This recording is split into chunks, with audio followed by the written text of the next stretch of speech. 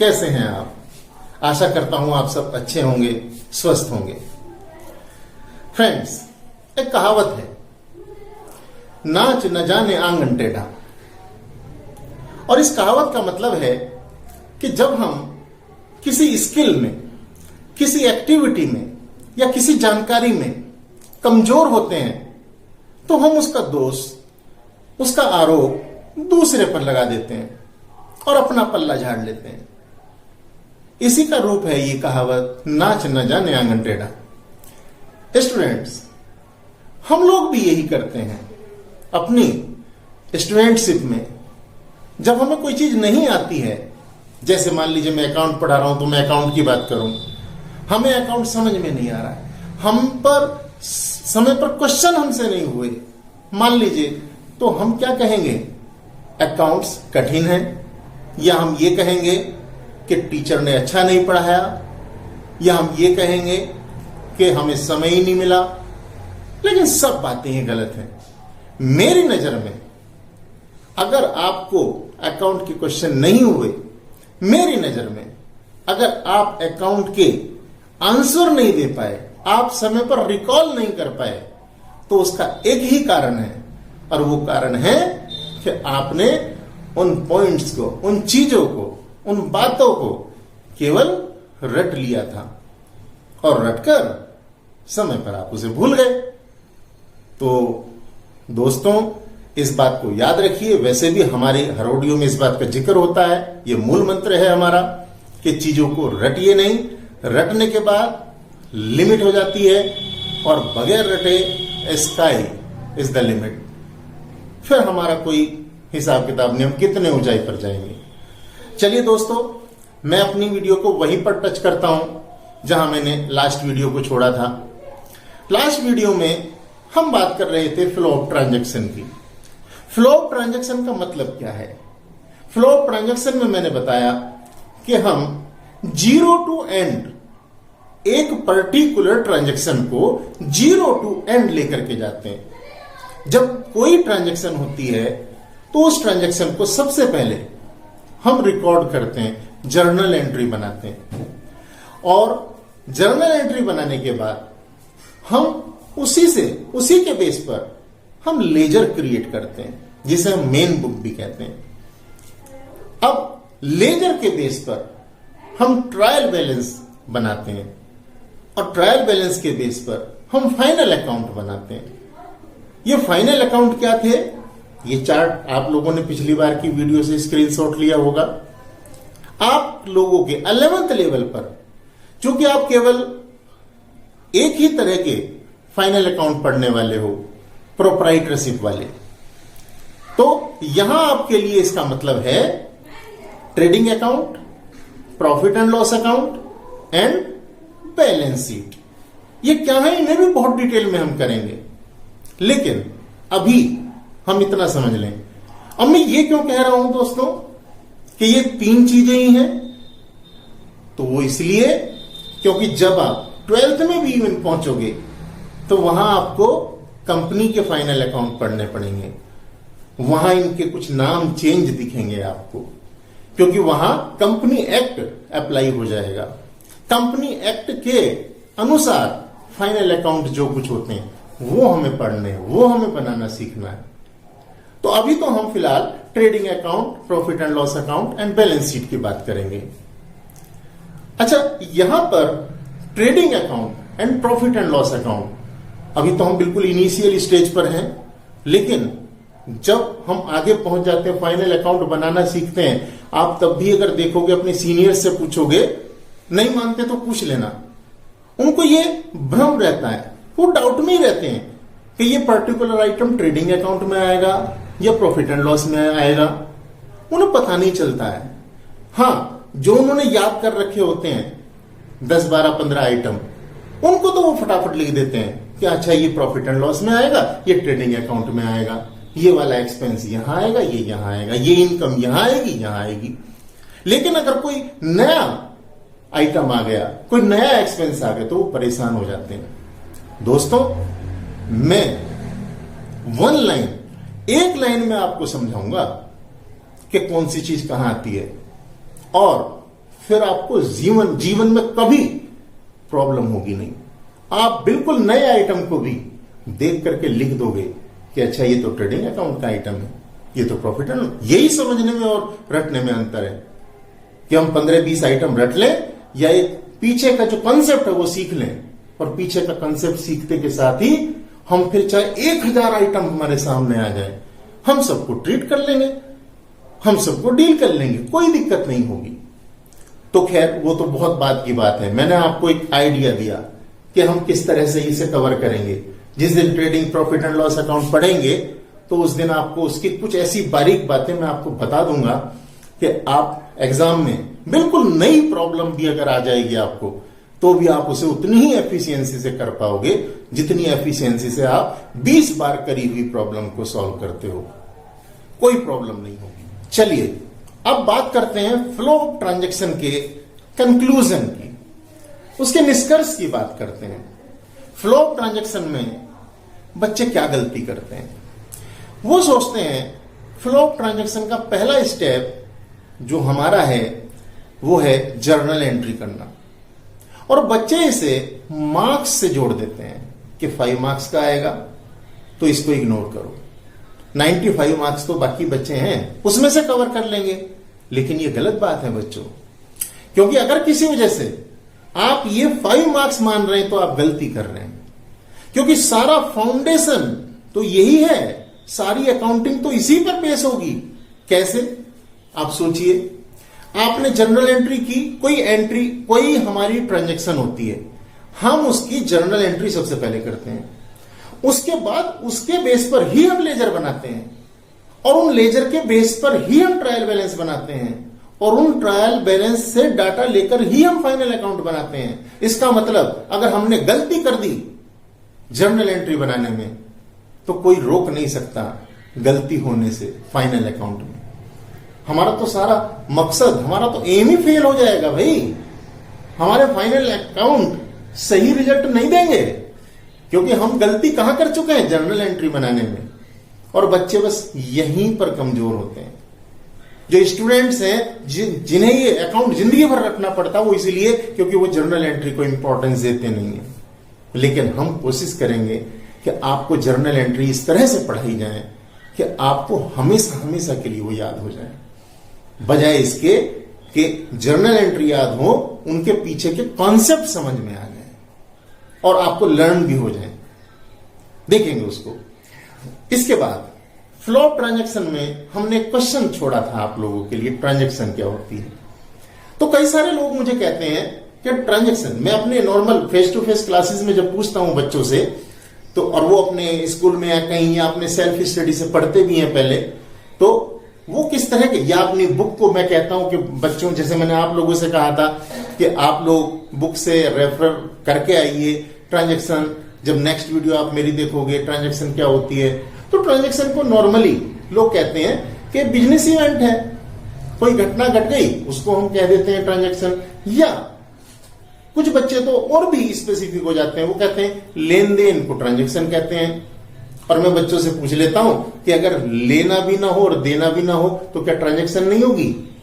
मान लीजिए राम को माल दिया, मान लीजिए मोहन से माल खरीदा, यहां तो चलो लेना है देना है, लेकिन हमारी एक मशीन में आग लग गई तो यहां तो न लिया न दिया, फिर भी ये ट्रांजैक्शन है। इसका मतलब हमें रिकॉर्डिंग करनी पड़ेगी इसकी, क्योंकि ट्रांजैक्शंस की ही रिकॉर्डिंग होती है। अब मान लीजिए कोई बिजनेस इवेंट है, अब बिजनेस की कोई घटना तो घट गई हमारे बिजनेस में, लेकिन उसको हम रिकॉर्ड नहीं कर पा रहे हैं। इसका मतलब वो इवेंट तो है लेकिन ट्रांजैक्शन नहीं है। कैसे? मान लीजिए मेरा एक एम्प्लॉय बीमार हो गया, आज वो अपनी पूरी एफिशिएंसी से काम नहीं कर पा रहा है, तो मैं क्या कहूं वो कितने रुपए का बीमार हो गया? क्या मैं उस कैलकुलेशन को कर सकता हूं कि वो कितनी कम एफिशिएंसी से आज काम कर पा रहा है? नहीं कर पाऊंगा। इसका मतलब मैं उसकी उस नुकसान को, उससे होने वाले उस नुकसान को मैं रिकॉर्ड ही नहीं कर पाऊंगा। इसका मतलब ये इवेंट तो हुआ, घटना तो घटी मेरे बिजनेस में, लेकिन ट्रांजैक्शन नहीं हुई। तो ट्रांजैक्शंस ऐसी घटनाएं हैं, ऐसे इवेंट हैं बिजनेस इवेंट जिन्हें हम in terms of money measure कर सकें। तो बच्चों, हम ट्रांजैक्शन की बात कर चुके हैं। ट्रांजैक्शन के बाद हम आज बात करने वाले हैं नेक्स्ट। मैंने यहां बोर्ड पर लिखा हुआ है, आप इसका स्क्रीनशॉट भी ले लेंगे। अकाउंटिंग क्या है? आज हम डिस्कस करने वाले हैं अकाउंटिंग बेसिकली क्या है। तो accounting is a systematic process of, accounting is a systematic process of किस किस चीज का है? सबसे पहले identifying, next measuring, next recording, next classifying, next summarising, next interpreting, next communication to users. अब मुझे इनके मीनिंग आपको समझाने। ये तो सिंपल लिखा हुआ है कि अकाउंटिंग, अगर आपको कहीं अकाउंटिंग की डेफिनेशन लिखनी हो मार्क्स के लिए, तो आप ये लिख सकते हैं कि accounting is a systematic process of interpreting, identifying, measuring, recording, classifying, summarising, interpreting and communication to users. लेकिन इस आइडेंटिफिकेशन का मतलब क्या है? तो स्टूडेंट्स, हमारे बिजनेस में कोई घटना घट गई है, कोई ट्रांजैक्शन ओकर हो गई है, ये भी तो पहले आइडेंटिफाई करना पड़ेगा। तो ये जो प्रोसेस है हमारा, ये जानने का कि कोई बिजनेस ट्रांजैक्शन हो चुकी है, बस ये पहला स्टेप है। तो accounting is a systematic process of identifying, identifying के बाद लिखा हुआ है मेजरिंग, मेजर करना है। तो दोस्तों, ये हर कंट्री की करेंसी से संबंधित है। हम इंडिया में रहते हैं और हमारे यहां की करेंसी क्या? रुपीज। तो हम अपनी ट्रांजैक्शंस को अब दूसरा स्टेप मेजर करेंगे। सपोज करिए हमने सेल की, सेल कर दी, ठीक है, एक बिजनेस की इवेंट हो चुका है, एक बिजनेस में घटना घट चुकी है। अब हमें इसे रिकॉर्ड करना है, लेकिन उसके लिए पहले हमें सेकंड स्टेप को मेजर को करना पड़ेगा, मेजरिंग, मेजर करना पड़ेगा। कितने रुपए की सेल हुई, ये हमें देखना पड़ेगा। तो सेकंड स्टेप हो गया मेजरिंग। मान लीजिए 2 लाख रुपए की हमने सेल की, हमने मशीन खरीदी 5 लाख रुपए की, तो ठीक है, हम मेजर कर पाए 5 लाख रुपए की खरीदी है। हमारे एक मशीन में आग लग गई, वो कितने की थी? 2 लाख रुपए की। तो पहला स्टेप आइडेंटिफाई किया, मशीन में आग लग गई, कितने रुपए का नुकसान हुआ? 5 लाख रुपए का नुकसान हुआ। ये हमारे क्या है? Second step. तो पहला था हमारा आइडेंटिफाई करना, दूसरा स्टेप है हमारा मेजर करना, यानी कि मापना उसे। Third step recording. हमने आइडेंटिफाई कर लिया, हमने उसको मेजर कर लिया, अब इसको लिखना भी तो है, रिकॉर्डिंग करना है। जहां हम इसे रिकॉर्ड करते हैं बच्चों, उस रिकॉर्डिंग को हम कहते हैं जर्नल में एंट्री करना। क्या कहते हैं? जर्नल में। यह हमारी वह बुक है जहां सबसे पहले ओरिजिनल एंट्री की बुक इसे कहा जाता है। यानी कि कोई भी ट्रांजैक्शन अगर होगी तो ये जर्नल में सबसे पहले होगी। तो हम थर्ड स्टेप को, रिकॉर्डिंग को करते हैं। 3 स्टेप हमारे पूरे हुए। अकाउंटिंग क्या है? हम ये बात कर रहे हैं अकाउंटिंग क्या है। तो accounting is A systematic process of किस किस चीज का? 3 स्टेप हम डिस्कस कर चुके हैं। नेक्स्ट हमारा है क्लासिफाइंग। हमें क्लासिफाई करना है, समराइज करना है। तो जब हम क्लासिफाइंग की बात करते हैं, तो क्लासिफाइंग का मतलब क्या है? तो classification is the process of grouping transactions. हमें अपनी इन ट्रांजैक्शन को ग्रुप करना होता है। हजारों ट्रांजैक्शन बिजनेस में होती हैं, हमें इनको ग्रुप करना है। ग्रुप क्या, किस तरह से करना है? मान लीजिए राम को हमने माल बेचा, हम 10 बार 20 बार तो माल बेचेंगे, 50 बार माल बेचेंगे। हमें उनका ग्रुप बना लेना है। राम का एक हेड बनाया और उस हेड में राम से संबंधित जितनी भी ट्रांजैक्शन होंगी उन सबको इकट्ठा कर लेंगे। ये है हमारा ग्रुप करना। तो हमारा नेक्स्ट स्टेप क्या हुआ? ये क्लासिफाइंग। इसके बाद बात करते हैं समराइजिंग की। तो बच्चों, समराइजिंग में हम ट्रायल बैलेंस बनाते हैं, हम फाइनल अकाउंट बनाते हैं। ये जो समराइजिंग का प्रोसेस है, हम अपने डाटा को एक सिस्टम देते हैं। तो समराइजिंग प्रोसेस, अगर मैं समराइजिंग प्रोसेस की बात करूं तो this involves presenting the classified data in the manner which is understandable and useful. Ram के साथ इतनी ट्रांजैक्शन हुई, मोहन के साथ इतनी, ये सब ठीक है, जानकारी अच्छी है, लेजर से हमें लेजर के लेवल पर मिल जाती है, लेकिन उसे हमें अपने हिसाब से और यूजफुल बनाना है, उसे इस तरह से प्रेजेंट करना है कि वो हमारे लिए ज्यादा से ज्यादा यूजफुल हो जाए। तो हम उसके लिए ट्रायल बैलेंस बनाते हैं, ट्रेडिंग अकाउंट बनाते हैं, प्रॉफिट एंड लॉस अकाउंट बनाते हैं, बैलेंस शीट बनाते हैं। ओके, तो हमारा प्रोसेस चल रहा है। Accounting is a systematic process of identifying, measuring, recording, classifying, summarising. अब हमें उसे इंटरप्रेट करना है। नेक्स्ट स्टेप हमारा अकाउंटिंग का है इंटरप्रिटेशन। देखो बच्चों, डाटा कोई भी हमारे लिए है वो इंपॉर्टेंट तो है, लेकिन सिंपल डाटा को और ज्यादा यूजफुल हम बनाते हैं इंटरप्रिटेशन के द्वारा।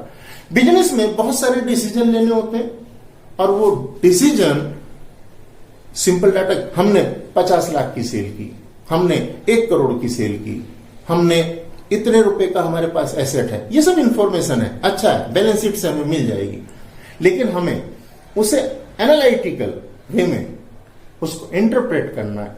इंटरप्रिटेशन होने के बाद तब वो हमारे लिए और ज्यादा यूजफुल हो जाएगा, और जो रिजल्ट उससे आते हैं उन रिजल्ट्स को हम कम्युनिकेट करते हैं यूजर के लिए। हमने इतनी सारी मेहनत की, वो किस लिए की? जो हमारे इस बिजनेस की इंफॉर्मेशन को चाहते हैं। 2 तरह के यूजर होते हैं students, internal users, external users. तो हमारे जो यूजर्स हैं उनको ये इंफॉर्मेशन चाहिए, और उनको इतना समय नहीं है कि वो हमारी पूरी बैलेंस शीट को देखेंगे, छानेंगे। उन्हें जो डाटा हमने अभी इंटरप्रेटिंग में लेकर के हम आए हैं इस लेवल पर, सीधे उनको कम्युनिकेट करना है। उन जो डाटा जिसके काम का होगा वो उसका यूज कर लेगा। मैं यूजर्स को डिटेल में बताऊंगा भी आपको। अब हमारे सामने एक और क्वेश्चन आता है, और वो क्वेश्चन है कि अकाउंटिंग हमें क्या देगी, अकाउंटिंग से हमें क्या मिलेगा, हम ये सब अकाउंटिंग कर रहे हैं, क्यों कर रहे हैं भाई? तो मैंने एक हेड यहां पर लिखा है, अकाउंटिंग गिव्स अस। अकाउंटिंग हमें देती है क्या? पहले द रिसोर्सेज अवेलेबल, हमारे पास क्या क्या रिसोर्सेज हैं ये हमें बताने का काम करती है ये अकाउंटिंग। अगर हम अकाउंटिंग न करते तो हमारे पास क्या क्या संसाधन है, क्या क्या रिसोर्सेज हैं, हमें पता चलता क्या? क्या हमारे ह्यूमन माइंड में इतना पावर है कि हम हर चीज को याद रखें? नहीं।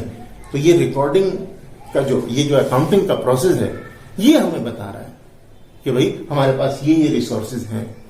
Second, how the available resources have been employed. जो रिसोर्सेज हमारे पास है, संसाधन हमारे पास है, वो कैसे इस्तेमाल किए गए हैं, कहां लगाए गए हैं। मेरे पास बिल्डिंग है, मेरे पास मशीनरी है, मेरे पास ह्यूमन पावर है, मैन पावर है मेरे पास में, मैं उसे कहां कहां कैसे एम्प्लॉयड कर रहा हूं, कैसे लगा रहा हूं मैं। तो ये बात मुझे कहां से पता चलेगी? अकाउंटिंग से ही पता चलेगी। उसके बाद लास्ट में मैंने लिखा है the resources, the results achieved by there use. The results achieved by there use, हम इसे यूज करेंगे। इस अकाउंटिंग, इन रिसोर्सेज को यूज करने के बाद हमारे पास जो रिजल्ट है वो क्या है, तो वो भी हमें कहां से पता चले? अकाउंटिंग से। अगर हम अकाउंटिंग ना करते तो क्या वो पता चलते? The answer is no. इसलिए आज मैंने आप लोगों के साथ क्या डिस्कस किया कि अकाउंटिंग क्या है। तो accounting is a systematic process, याद करने वाली डेफिनेशन है, लेकिन आपको ये पॉइंट्स समझ में भी आए हुए होने चाहिए। केवल आंख बंद करके रटना नहीं होता है, ठीक है? अगर आपको कोई, मैंने कुछ एग्जांपल्स दिए, अगर आपको इस समझ में आ जाएंगे तो आप इस लायक हो जाने चाहिए कि आप खुद कुछ नए एग्जांपल्स क्रिएट कर सकें, ठीक है? तो अगर ये वीडियो आपको पसंद आती है तो इसे लाइक कीजिए, और इसे शेयर कीजिए अपने दोस्तों के साथ, अपने जानने वालों के साथ, जिससे ये जानकारी, ये बात बहुत सारे लोगों तक पहुंच सके, उनका भी फायदा हो सके। और दोस्तों, आप इस चैनल को सब्सक्राइब कीजिए, जिससे आपको मेरी वीडियोस समय पर सबसे पहले आपको मिलती रहें और आप इनका लाभ लेते रहें। ओके।